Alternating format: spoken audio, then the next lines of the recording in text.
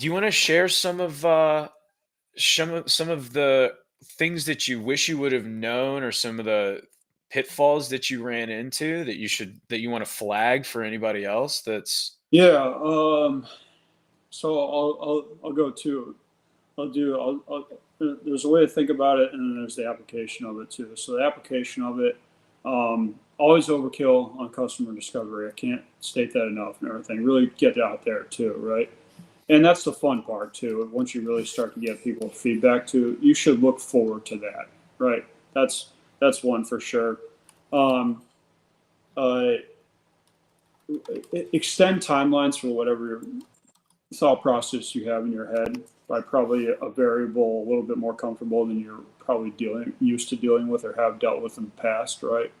Because we're society has this uh, a predicated notion that certain things have to fall within timelines, right?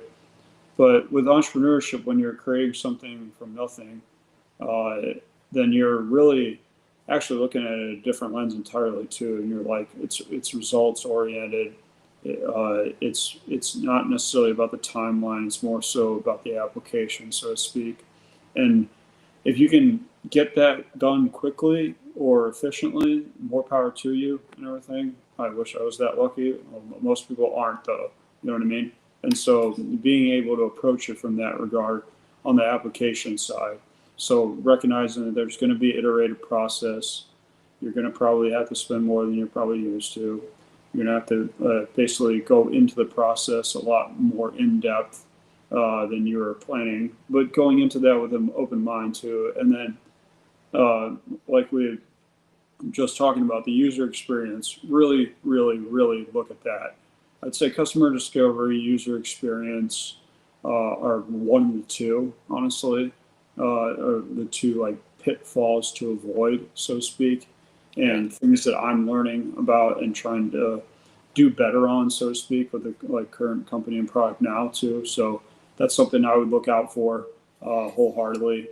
And then the mindset side of the coin too is uh, again timelines, but also uh, not everyone is going to love your product as much as you will and everything, and being okay with that too, and still being able to promote your own shit, so to speak. You know what I mean? Because Oh you yeah. believe in the value of what you're doing, though, too. You know what I mean? And and just recognize that what you're getting into doesn't have structure, right? By nature, right? Entrepreneurship by default doesn't have structure, right? And so recognizing that that comes with certain parameters too, where there's not always straightforward path and process and procedure to follow.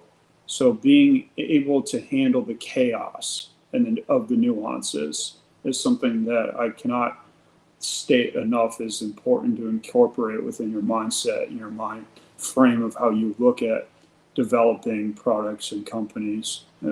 Because if you come at it from this notion or this thought process or this stance of, I have this like flow chart in my brain, right, of how this is going to go, that flow chart's going out the window. Like you might think it's not, and it may not on step 4 through 8, but then five's going to hit you, and then five's going to send you back to not even zero. It's going to send you back to -2. You know what I mean? And so just understanding that, you know what I mean, and just keep on keeping on too. I mean, the brand that I've created for myself, and anybody who really knows me can point attest to it.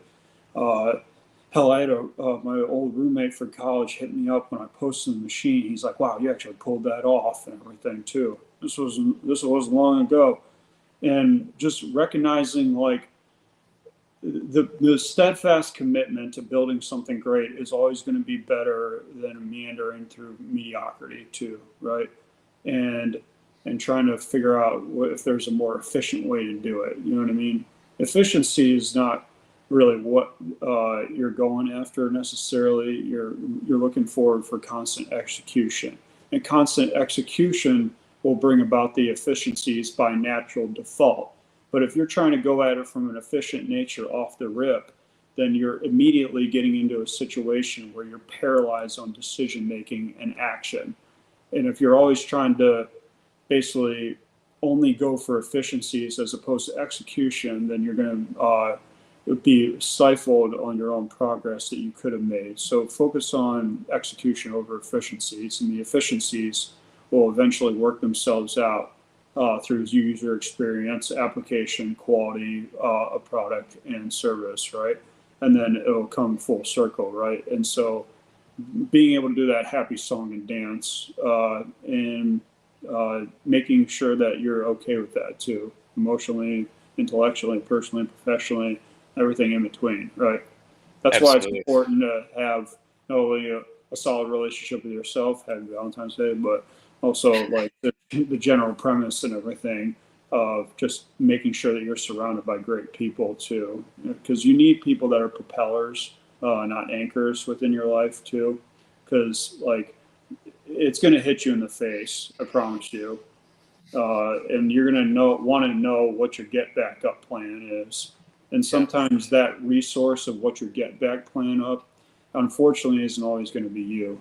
It might be a different environment, person, perspective, but in more or less 9 times, or an article or a video, but more or less it'll come from something outside of you too as well. And being receptive to letting that in while still having self-esteem tied to it too as well, because like that will get battered more than once when you're going through the process. So those are Yeah. the things to look out for, I'd say. Yeah.